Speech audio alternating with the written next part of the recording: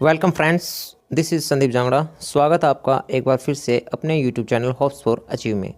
जैसा कि आप सभी को पता है, हमने HSSC CET ग्रुप 6 जो कि कॉमर्स के बच्चों के लिए है, उसकी एक रिवीजन सीरीज़ स्टार्ट कर रखी है और उसकी हमने 10 से 12 वीडियो जो हैं अभी तक रिवाइज़ की हैं, जो आपको डिस्क्रिप्शन बॉक्स में उसकी प्लेलिस्ट मिल जाएगी, वहाँ से आप देख सकते हैं। तो जो आज की यूनिट जो हमारी होगी वो है business law.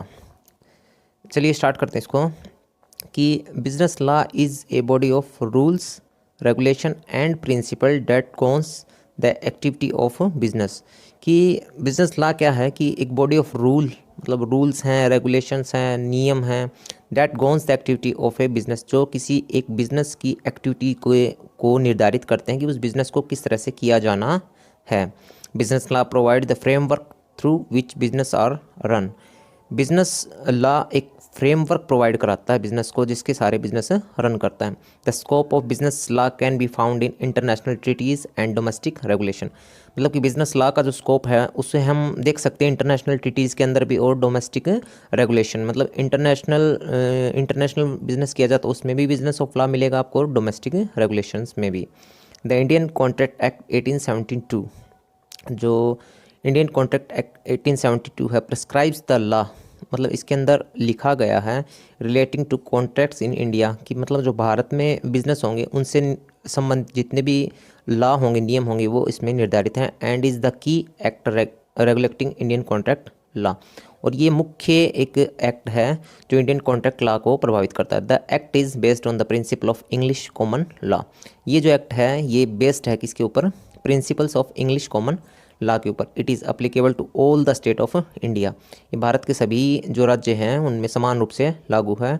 It determines the circumstances, उन परिस्थितियों को निर्धारित करता है in which promise made by the parties to एक contract shall be legally binding. मतलब जिसमें दो पार्टियां मिलती हैं, ठीक है, दो पार्टी आपस में बिजनेस करने का प्रॉमिस करती हैं और उनके बीच में आपस में कोई समझौता होता है। चलिए नेक्स्ट देखते हैं। द इंडियन कॉन्ट्रैक्ट एक्ट 1872, इसके अंदर जो इसकी डिफाइन या डेफिनेशन है वो है the term contract under its section 2H as an agreement enforceable by law. मतलब जो टर्म कॉन्ट्रैक्ट है उसका मीनिंग क्या है? एन एग्रीमेंट, एक एग्रीमेंट है, समझौता है, इन्फोर्सेबल बाई लॉ, जो कानून के द्वारा मान्य है। अब बात करते हैं features of Indian contract act 1872। इसके कुछ फीचर्स, विशेषताएं क्या क्या हैं? जैसे ऑफ़र एंड एक्सेप्टेंस, मतलब कोई ऑफ़र होगा और उसको एक्सेप्ट किया जाएगा। कंपिटेंसीज ऑफ पार्टीज़, मतलब इसमें दो बिजनेस होंगे, ठीक है, एक आप कह सकते हो खरीदने वाला और एक बेचने वाला। फ्री कंसेंट, ठीक है, मतलब किसी तरह का कोई दबाव नहीं होगा, आपसी समझौते से वो उसमें शामिल होंगे। लॉफुल कंसिडरेशन, ऐसा नहीं है कि आप इसमें लेन देन कर रहे हो लॉ के अगेंस्ट हो, कानून के अगेंस्ट हो, ऐसा वैलिड बिजनेस होना चाहिए। लॉफुल ऑब्जेक्ट होना चाहिए। इन्फोर्सेबिलिटी ऑफ कॉन्ट्रैक्ट, मतलब कॉन्ट्रैक्ट के सारे नियम इसके अंदर लागू होने चाहिए। नेक्स्ट बात करते हैं टाइप्स ऑफ कॉन्ट्रैक्ट। ये इंपॉर्टेंट है कि कौन कौन से टाइप्स आप इसके अंदर शामिल कर सकते हैं। पहला है वैलिड कॉन्ट्रैक्ट्स। वैलिड कॉन्ट्रैक्ट, नाम से पता चल रहा है जैसे valid. The valid contract as discussed in the topic an essential of contract, मतलब ये सार है एक तरह से। Is an agreement that is legally binding and enforceable, मतलब ये एक ऐसा एग्रीमेंट है, समझौता है, जो लीगली रूप से बाइंड करता है दो पार्टीज़ को और पूर्णतः लागू होता है। Valid contract. Void, void contract, a contract that which ceases to be enforceable by law becomes void when it ceases to be enforceable। कहने का मतलब क्या है? ये कानूनी रूप से क्या है? मान्य नहीं है, ठीक है, मतलब कि आपसी समझौता जरूर है लेकिन ये कानून के दृष्टि से क्या है? void है, मान्य नहीं है। voidable, ये voidable agreement which is enforceable by law at the option of one और मोर द पार्टी, मतलब ये क्या है? There to but not at the option of the other और अदर्स इज वॉइडेबल कॉन्ट्रैक्ट, मतलब कि ये कानूनी रूप से थोड़ा क्या कह सकते हैं? वैध है। इसमें कोई पीड़ित पार्टी है, ठीक है, वो कानून का सहारा इसमें ले सकती है वॉइडेबल में, और वॉइड के अंदर जो है आप कानून का सहारा नहीं ले सकते। Illegal, an agreement that leads to one or all the parties breaking a law or not conforming to the norms of the society, समाज के जो रूल्स और रेगुलेशन हैं, ठीक है, या सोसाइटी के अगेंस्ट जा रही हैं कोई चीज़ें, ठीक है, परफॉर्म कर रहे हैं दो बिजनेस और वो समाज के अगेंस्ट हैं, तो एक तरह से इलीगल होगा। Deem to be illegal by the court, मतलब कोर्ट के द्वारा वो क्या माना जाएगा, इलीगल बिजनेस या इलीगल कॉन्ट्रैक्ट। ठीक है, दो बिजनेस ने आपस में समझौता किया कि हम कॉन्ट्रैक्ट करेंगे, हम बिजनेस करेंगे, ठीक है, लेकिन वो against the norms of the society है तो वो इलीगल कहलाएगा। स्पेशल कॉन्ट्रैक्ट्स की बात करते हैं हम कि सबसे पहले जो इसमें है वो है contract of identity according to section 125। इसके जो सेक्शन है वो आप जरूर याद रखना। It states that a contract by which one party promise to save the other. इसमें एक पार्टी दूसरे को सेव करने का प्रॉमिस करती है, कौन सी चीज़ों में से, from A loss cause to them by the contract of promisor, मतलब प्रोमिसर ने इसमें कोई प्रॉमिस किया और उस वजह से दूसरी पार्टी को कोई लॉस हो जाता है, और by the contract conduct of any other person is called a contract of identity, या फिर किसी अन्य पर्सन की कंडक्ट की वजह से जो दूसरी पार्टी है उसको किसी तरह का नुकसान हो जाता है तो जो प्रोमिसर है वो उसको पे करेगा, ये कॉन्ट्रैक्ट ऑफ आइडेंटिटी है। फिर contract of guarantee according to section 126 of 1872 contract act, एक contract of guarantee is a contract, ये कॉन्ट्रैक्ट किस प्रकार का, perform the promise or discharge the liability of a third person, यहाँ पर किसी थर्ड पर्सन की बात हो रही है, in case of is default, मतलब कि दो पार्टीज़ हैं, ठीक है, और एक पार्टी ये क्या हो जाती है, डिफ़ॉल्ट हो जाती है, तो कोई तीसरा पर्सन कह सकते हो आप, वो उसकी जिम्मेवारी लेता है, गारंटी लेता है। फिर बात करते हैं कॉन्ट्रैक्ट ऑफ बेलमेंट, ये गुड्स से रिलेटेड है। According to section 148 of the act, a bailment is defined as the conveyance of goods by one person to another for a specific purpose with the condition that the items would be return or otherwise disposed of according to the directives of person who delivered them, मतलब कि इसमें goods से related चीज़ हैं। Conveyance of goods by one person to another, एक person से दूसरे person को कन्वेंस करना गुड्स का किसी खास उद्देश्य से, ठीक है, विद द कंडीशन, इस कंडीशन के साथ that item would be return, item return कर दिया जाएगा अगर वो उस दूसरी पार्टी के मतलब जैसा दूसरी पार्टी ने डिमांड किया उसके अकॉर्डिंग नहीं होगा तो वो वापस कर दिया जाएगा, कॉन्ट्रैक्ट ऑफ बेलमेंट कहलाता है। Contract of pledge, it is defined in section 172 of the contract act, the goods place to serve as security, ये क्या है कि सिक्योरिटी के रूप में गुड्स को इसमें शामिल किया जाएगा, फॉर द पेमेंट ऑफ डेप्ट, ऋण के भुगतान के लिए, और परफॉर्मेंस ऑफ ए प्रॉमिस या किसी परफॉर्मेंस के लिए। Contract of agency, contract of agency का according to section 182 an agent is a person, एक एजेंट जो है एक पर्सन होता है, employed for acts activity, act या एक्टिविटीज में शामिल होता है, to be committed for other person, किसी अन्य पर्सन के प्रति वो कमिटेड होगा, and to represent that person in dealing with a third person, मतलब कि कॉन्ट्रैक्ट ऑफ एजेंसी है, जैसे ये हो गया, ठीक है, ये कोई बिजनेस है और ये उसका एजेंट है, ठीक है, तो ये एजेंट जो है ना वो कमिटेड रहेगा इसके प्रति, मतलब वो किसी अन्य से किसी अन्य बिजनेस से वो इस बिजनेस के लिए व्यापार करता है तो वो इसके प्रति क्या रहेगा, कमिटेड रहेगा, dealings with a third person, मतलब किसी तीसरे पर्सन के साथ वो डील कर रहा है। सेल ऑफ गुड एक्ट आता है 1930, the sale of good act 1930 herein referred to as the act is the law that governs the sale of goods in all parts of India, मतलब कि सेल करना किसको, goods को cell related जितने भी नियम होंगे ना उसको शामिल किया जाता है सेल ऑफ गुड एक्ट 1930 में।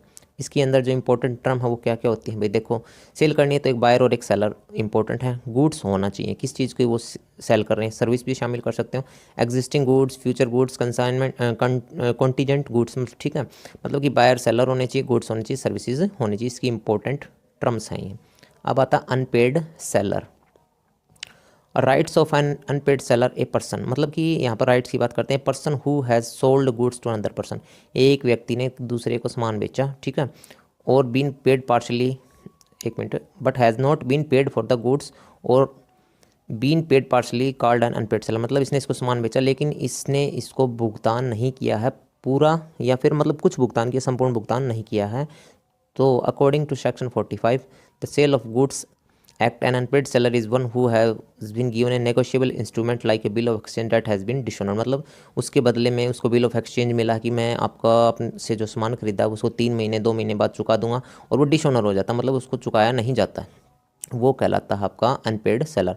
अब उसके कुछ राइट्स आ जाते हैं अनपेड सेलर के, राइट अगेंस्ट द गुड्स के अगेंस्ट में जो उसके राइट्स हैं सेलर के वो क्या है, when the buyer has not paid the full, जब बायर पूरी तरह से उसको पेमेंट नहीं करता या फिर पार्शियली पे कर देता price of goods supply to him, मतलब आधा कर देता आधा नहीं करता। The seller has the following rights with regards to goods. फिर सेलर के पास ना गुड्स से रिलेटेड क्या क्या राइट होते हैं। एक तो राइट्स ऑफ लीन, मतलब कि वो गुड्स को क्या कर सकता है, अपने कब्जे में ले सकता है, ठीक है। Right of stoppage of goods in transit, या फिर वो जो गुड्स भेज रहा है रास्ते में जो है उनको रोक सकता है। राइट्स ऑफ रीसेल, या फिर उन्हीं गुड्स को वो दोबारा किसी अन्य पर्सन को बेच सकता है।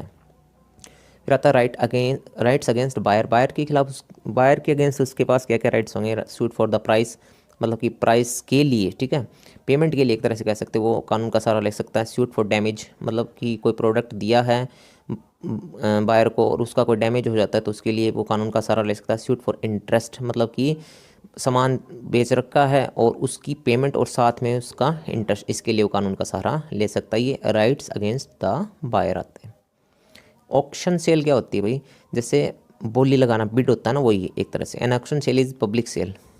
पब्लिक सेल होती है। The goods are sold to all members of the public at large who are assembled in one place for the auction, ठीक है। जैसे एक ऑक्शन में शामिल हो जाते हैं एक किसी वस्तु को खरीदने के लिए और बहुत सारी पब्लिक है, ठीक है, वो किसी ऑक्शन में शामिल होती हैं उस गुड्स को खरीदने के लिए। The price they are offering for the good is bid, मतलब इसमें एक व्यक्ति कहता है, जैसे आपने मूवी वगैरह में या कहीं पर भी देखा हो, जैसे किसी बिजनेस को या कोई चीज़ होती है, ठीक है, वस्तु, उसको खरीदने के लिए बोली लगाई जाती है, जैसे बेस प्राइस डाल दिया जाता है 100 रुपये, फिर ठीक है, फिर अगला बोलता है 110, 120, इस तरह से। And the goods will be sold to the bidder with the highest bid, और जिसकी बिड सबसे हाई होगी ना, जिसने सबसे ज़्यादा बोली लगाई होगी, उसको सामान क्या कर दिया जाता है, सोल्ड कर दिया जाता है। ये आपकी ऑक्शन सेल कहलाती है। फिर आता है consumer protection act 2019, important, most important. Consumer protection act 2019 is a law to protect the interest of the consumer. Consumer के जितने भी इंटरेस्ट है ना, कंज्यूमर के जितने भी चीज़ें कंज्यूमर से रिलेट करती हैं, उन सभी को प्रोटेक्ट करने के लिए लॉ बनाया गया है। This act provide safety to consumer. Safety provide करता है कस्टमर को किसके रिगार्डिंग, डिफेक्टिव प्रोडक्ट, कोई ख़राब वस्तु है, डिससेटिस्फैक्ट्री सर्विस, मतलब कि सर्विसेज से कोई कंज्यूमर जो है सेटिस्फाई नहीं है, एंड अनफेयर ट्रेड प्रैक्टिस, या फिर उसके साथ कोई किसी तरह का क्या हुआ है, अनफेयर हुआ, ठीक है, मतलब कि उसके साथ चीट वगैरह हुई है। तो right of the consumers, consumer के अधिकार क्या क्या आ जाते हैं भाई, फिर ये सारी चीज़ें हुई। तो प्रोटेक्शन अगेंस्ट अनफेयर ट्रेड, वो प्रोटेक्शन ले सकता है अनफेयर ट्रेड के खिलाफ। राइट टू सीक रिड्रेसल, शिकायतें दर्ज कर सकता है। Right to receive adequate compensation, अगर उसके साथ धोखा हुआ है, ठीक है, तो वो एक तरह से ना मुआवजा जिसको बोलते हैं एक तरह से, आप उसकी रिसीव करने का ना उसके पास अधिकार हो जाता है। Right to receive consumer education, consumer शिक्षा जो होती है ना, उसके पास सीखने का अधिकार होता है। Access to variety of goods service and product at competitive price, मतलब उसके पास एक ग्राहक के पास ग्राहक का जो है राइट होता है कि वो अलग अलग गुड्स सर्विसेज और प्रोडक्ट को एक कम्पिटिटिव प्राइस में प्राप्त कर सके। The act has the provision of the establishment of consumer dispute redressal committee, मतलब कि विवाद हो जाते हैं, ठीक है, और उन विवादों को फिर क्या किया जाता है कि कंज्यूमर सेटिस्फाई नहीं होता, फिर वो कानून का सहारा लेता है। तो वो जो कानून का सहारा लिया जाता है उसके लिए क्या बनाई गई है, कमिटीज़, CDRs, जिसको बोलते हैं consumer dispute redressal commission, CDRCs, at the national level, state और डिस्ट्रिक्ट लेवल। अब सबसे पहले जो छोटे लेवल के हैं, डिस्ट्रिक्ट फोरम जिसको बोलते हैं, आपने सुना होगा इसको, कि state government establish it, state government का है ये, in which each district of the state, प्रत्येक डिस्ट्रिक्ट में होता है भाई ये स्टेट के। Entertain complaints up to 50 lakh worth value of goods और सर्विस, मतलब 50 लाख रुपए तक की कोई अगर किसी के साथ, किसी कस्टमर के साथ उसको लगता है उसके साथ धोखा हुआ, अनफेयर ट्रीट हुआ, तो वो डिस्ट्रिक्ट फोरम में जाके अपनी शिकायत दर्ज कर सकता है। स्टेट कमीशन, ये स्टेट गवर्नमेंट के द्वारा ही लगाया जाता है। ईच स्टेट, एक स्टेट का एक होता है, ठीक है। Have jurisdiction for more than 50 lakh and up to 2 crore, 50 lakh से ज़्यादा और 2 करोड़ से कम का जो मामले होंगे वो सारे स्टेट कमीशन में जाएंगे। और जो डिस्ट्रिक्ट कोर्ट के में अगर किसी कस्टमर को सेटिस्फिकेशन नहीं मिलता तो फिर वो स्टेट कमीशन में जा सकता है। फिर आता है नेशनल कमीशन। अब नेशनल कमीशन की बात करें, central government establish it by notification, ये सेंट्रल लेवल पे होता है। Entertain consumer complaints where the value of goods और सर्विस एक्सीड 2 करोड़, मतलब कि 2 करोड़ से ज़्यादा की जो मामले होंगे वो सारे नेशनल कमीशन में जाएंगे। और जो स्टेट कमीशन में कोई सेटिस्फाई नहीं होता तो फिर वो नेशनल कमीशन, और नेशनल कमीशन में कोई सेटिस्फाई नहीं होता तो फिर वो सुप्रीम कोर्ट का सहारा ले सकता है। अब ये जो वैल्यूज़ हैं 2 करोड़ 50 लाख, ये चेंज वगैरह होती रहती हैं, तो एट प्रेजेंट ये यही शो कर रहा है, तो आप इनको गूगल से फिर भी चेक कर सकते हो। फिर बात करते हैं the negotiable instrument act 1881। A negotiable instrument is a sign document, एक ये साइन डॉक्यूमेंट होता है डेट प्रोमिस ए पेमेंट, जिसमें किसी पेमेंट को करने का प्रॉमिस किया जाता है टू ए स्पेसिफाइड पर्सन, किसी खास व्यक्ति को, और assigning it is a significant law that governs the use of negotiable instrument in India. मतलब कि ये एक लॉ होता है किससे रिलेटेड, साइन डॉक्यूमेंट से रिलेटेड, जिसमें पेमेंट करने का प्रॉमिस होता है। It provide for the regulation of promissory notes, इसमें प्रोमिसरी नोट शामिल है, बिल ऑफ एक्सचेंज और चेक्स। सबसे पहले बात करते हैं प्रोमिसरी नोट्स की। A promissory note is A written promise to pay a specific amount of money, written promise है ये, ठीक है, to pay a specific amount of money, एक खास अमाउंट, ठीक है, पे करने का, टू द पर्सन, किसी व्यक्ति को, नेम्ड इन द डॉक्यूमेंट, उस डॉक्यूमेंट में जो नाम लिखा है उसको किसी खास अमाउंट को पे करने का क्या होता है, ये प्रॉमिस है। The person making the promise, जो पर्सन प्रॉमिस कर रहा है उसको मेकर बोला जाता है। And the person to whom the payment is to be made is called the payee, जिसको ये पेमेंट की जानी है उसको पेई कहा जाता है। The promissory note can be transferred by the endorsement and delivery, promissory note है वो ट्रांसफ़र किया जा सकता है एंडोर्समेंट के द्वारा और डिलीवरी के द्वारा। फिर आता है बिल ऑफ एक्सचेंज, ये आपने समझ लिया कि क्या होता है, जिसमें प्रोमिस करने वाला होता है वो मेकर, जिसको प्रोमिस किया जाता है वो पेई कहलाता है। फिर आता है बिल ऑफ एक्सचेंज, ये भी क्या होता है, bill of exchange is a written order, ये रिटर्न ऑर्डर है by the maker to the payee, maker के द्वारा पेई के लिए, to pay certain amount of money to a third party, किसी तीसरी पार्टी को, ठीक है। रिटर्न ऑर्डर मेकर के द्वारा पेई को, और सर्टेन अमाउंट होती है लेकिन वो किसी तीसरी पार्टी के लिए। The person who issue the bill, जो बिल इश्यू करता है ना वो होता है ड्रॉवर, ठीक है, जो प्रॉमिस करता है। And the person to whom the payment is to be made, जिसको पेमेंट होनी है वो कहलाता है drawee. The person in whose favour the payment is to be made is called the payee, ठीक है। तीन व्यक्ति होंगे, ठीक है, जिसने बनाया है, जो प्रॉमिस कर रहा है वो होता है इसमें ड्रावर, और जिसको प्रॉमिस किया जाता है, जिसको whom the payment is to be made is called drawee, और जिसको क्या किया जाता है कि जिसके फेवर में पेमेंट की जाती है वो कॉल आपका कहलाता है पेई, ठीक है। The bill of exchange can be transferred by endorsement and delivery, bill of exchange जो है ट्रांसफ़र कर दिया जाता है डिलीवरी के माध्यम से, इंडोर्समेंट के माध्यम से। Cheques, a cheque is a written order by the drawer, ये ड्रावर के द्वारा रिटर्न ऑर्डर है टू द बैंक, ये बैंक को ऑर्डर किया जाता है to pay certain amount of money to the payee, मतलब कि जैसे आपने चेक देखे ना उसके ऊपर नाम लिख दिया जाता है XYZ, और किसी को आप बिजनेस जो होते हैं वो पेमेंट करने के लिए किसी को चेक काट के दे देते हैं, वही चीज़ है ये कि written order by the drawer to the bank, bank को दिया जाने वाला आदेश है ये, to pay certain amount of money, एक मनी की निश्चित मात्रा to the payee. The bank is required to pay the amount mentioned, और बैंक को क्या करना पड़ता है, वो पेमेंट करनी पड़ती है किस पर्सन को, जिसका उसके ऊपर नाम लिखा है, इन दी चेक टू द पेई और द अथराइज्ड रिप्रेजेंटेटिव, मतलब कि चेक के ऊपर जिस पर्सन का नाम लिखा है ना, जिसका वो हकदार, उसको वो पेमेंट करनी पड़ती है बैंक को। फिर आपका आता है limited liability partnership act 2008, an LLP incorporates the benefit of a partnership firm and एक कंपनी, एक पार्टनरशिप फर्म की और कंपनी की कंबाइनली जो फ़ायदे हैं ना उन्हीं को मिला के क्या कह सकते हैं हम, limited liability partnership. As the name suggest an LLP is a partnership firm established by minimum of 2 partner, 2 partner के द्वारा, who enter into LLP agreement, जो किसी LLP एग्रीमेंट में शामिल हैं। ध्यान रखना इसमें क्या है, पार्टनरशिप फर्म और कंपनी दोनों के फ़ायदे। The limited liability partnership act 2008 regulates the LLP in India, ये एक्ट इस पे लागू होता है। Minimum 2 partners are required to incorporate in an LLP, 2 कम से कम पार्टनर इसमें होने चाहिए। However there is no upper limit on the maximum number of partners of an LLP, इसमें कोई अपर लिमिट नहीं है, लेकिन मिनिमम लिमिट कितनी है, 2 पर्सन इसके अंदर होने चाहिए। अब आते हैं एडवांटेज ऑफ LLP, क्या क्या फ़ायदे होते हैं। सेपरेट लीगल एंटिटी होती है एक तो ये, ठीक है, अलग इकाई होती है, ठीक है, बिजनेस की। Limited liability of the partners, इसमें पार्टनर्स की जो लायबिलिटी होती है वो क्या हो जाती है, लिमिटेड, ठीक है। और एक होती है इसको लिमिटेड लायबिलिटी पार्टनरशिप को चलाने की जो कॉस्ट होती है ना वो काफ़ी कम होती है, ये फ़ायदे हैं। और एक होता है no requirement of minimum capital contribution, किसी तरह का कोई इसमें रिक्वायरमेंट नहीं होती मिनिमम कैपिटल कंट्रीब्यूशन की। फिर आता IT act 2000, information technology act 2000, also known as ITA, इसको ITA भी कहा जाता है, और the IT act is an act of Indian parliament, parliament के द्वारा नोटिफाई किया गया 17 अक्टूबर 2000 को। It is the primary law, प्रमुख लॉ है ये in India dealing with cyber crime and electronic commerce. मतलब कि आप जैसे ऑनलाइन मार्केटिंग, ऑनलाइन बिजनेस वगैरह करते हैं ना, उनसे रिलेटेड जो साइबर क्राइम और इलेक्ट्रॉनिक कॉमर्स से जुड़े हुए जो चीज़ें हैं ना, उनको रेगुलेट करता है IT. The act provides a legal framework for electronic governments, legal framework provide कराता है इलेक्ट्रॉनिक गवर्नमेंट्स को by giving recognition to electronic records and digital signature.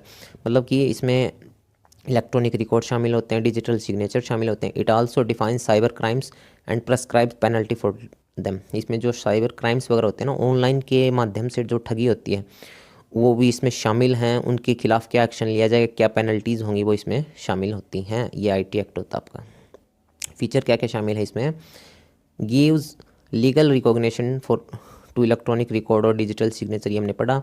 Define cyber crime and prescribe penalty, cyber crime और को define करता है और इसके लिए जो निर्धारित पेनल्टी है वो है। Define roles and responsibilities of intermediate, जो इसके माध्यम है ना, मतलब कि दो बिजनेस हैं, वो किसी बीच का सहारा लेके ऑनलाइन बिजनेस वगैरह करते हैं, तो उसकी जो रोल्स और रिस्पॉन्सिबिलिटी है वो निर्धारित करता है। और फिर आता है lays down procedure for use of digital signature, digital signature को यूज़ करने रिलेटेड जितने भी प्रोसीजर होते हैं वो इसमें शामिल हैं। Amended several times to remain relevant, और इसको बार बार अमेंड किया जा सकता है, इसमें संशोधन किया जा सकता है ताकि ये रिलेवेंट रहे। फिर आता RTI act 2005, right to information act 2005 mandates timely response to citizen request for government information. मतलब कि गवर्नमेंट क्या काम कर रही है और कोई किसी व्यक्ति को उस काम की जानकारी चाहिए, तो वही चीज़ है राइट टू इन्फॉर्मेशन, जानकारी का अधिकार। ये नॉर्मल क्या होता है, सिटीजन रिक्वेस्ट, मतलब सिटीजन को जानना है और उनको रिस्पॉन्स लेना है किसका, गवर्नमेंट इन्फॉर्मेशन का। फ़ायदे या से इसको कह सकते हैं ऑब्जेक्टिव, उद्देश्य। अब ऑब्जेक्टिव क्या है इसके, the basic objective of right to information act is to empower the citizens, promote transparency and accountability in the working of the government, contain corruption and make our democracy work for the people in real sense.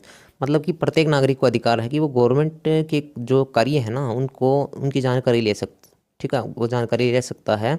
और इससे क्या होगा कि government में fair तरीके से काम होगा, करप्शन क्या होगा, कम होगा, और एक रियल सेंस में लोगों के लिए काम इसमें किया जाता है कि प्रत्येक नागरिक गवर्नमेंट के जो चीज़ें हैं उसमें अपनी जानकारी जो है वो कोई भी जानकारी ले सकता है। ये अधिकार सुनिश्चित किया गया गवर्नमेंट के द्वारा। It goes without saying that an informed citizen is better equipped to keep necessary vigil on the instrument of government and make the government more accountable to government. Simple सी बात है कि एक इन्फॉर्म्ड सिटीजन मतलब कि जागरूक जो नागरिक होंगे ना, is better equipped to keep necessary vigil, मतलब उनकी एक क्या रहती है, तीखी नज़र रहती है गवर्नमेंट पर, ठीक है। और इससे गवर्नमेंट भी क्या रहती है, मतलब कि अपने आप को अकाउंटेबल समझती है कि भाई हमें क्या है, सारी चीज़ें फेयर तरीके से करनी है। प्रत्येक नागरिक के पास अधिकार है, वो जानकारी ले सकता है। The act is a big step towards making the citizen informed about the activities of government. Act जो है वो क्या है, बिग स्टेप, एक बड़ा कदम है, मेकिंग द सिटीजन इन्फॉर्म, ग्राहक नहीं, नागरिकों को जागरूक बनाने का, किसके लिए, एक्टिविटी ऑफ गवर्नमेंट, मतलब गवर्नमेंट की जितनी भी गतिविधियाँ ना वो नागरिकों को पता हो, ये चीज़ है इसमें। और इसके फीचर यही हैं भाई सारे, इसके फीचर आप देख सकते हो। राइट टू एक्सेस इन्फॉर्मेशन, जानकारी लेने का अधिकार। अप्लीकेशन टू पब्लिक अथॉरिटीज़, अलग अलग जो पब्लिक अथॉरिटीज़ हैं उनके पास एप्लीकेशन डालने का। इन्फॉर्म रिक्वेस्ट मेथड, इसमें जो इन्फॉर्मेशन है वो ले सकते हैं रिक्वेस्ट मेथड के माध्यम से। इन्फॉर्मेशन कमीशन इसमें बनाए गए हैं। ग्राउंड्स फॉर डिनाइल, मतलब कि अगर किसी चीज़ के लिए गवर्नमेंट ने मना कर दिया, मतलब कोई जानकारी ले रहा है नागरिक, ठीक है, कोई सिटीजन, और उसके लिए मना किया है तो उसके ग्राउंड से, मतलब क्यों मना किया, वो सारी चीज़ें शामिल हैं। फीस एंड कॉस्ट इसमें निर्धारित है। इलेक्ट्रॉनिक फॉर्मेट के माध्यम से काम करता है ये। No need to specify reason, इसमें जो सिटीज़न होते हैं उनको किसी जानकारी लेने के लिए किसी स्पेसिफिक रीज़न का ज़रूरत नहीं पड़ती, मतलब कि कोई रीज़न नहीं लगाना पड़ता, कोई जानकारी ले सकता है। अपील्स प्रोसेस इसमें शामिल हैं, मतलब कि उसको टाइमली जानकारी मिलनी चाहिए, किसको, सिटीजन्स को। ये आपका आरटीआई एक्ट था। तो ये आपकी जो है वो कंप्लीट यूनिट है बिजनेस लॉ की, ठीक है। कंप्लीट यूनिट इन सेंस की मतलब हमने इसको मोटा मोटा क्या किया, इसका एक तरह से आप कह सकते हो रिवीजन, ठीक है।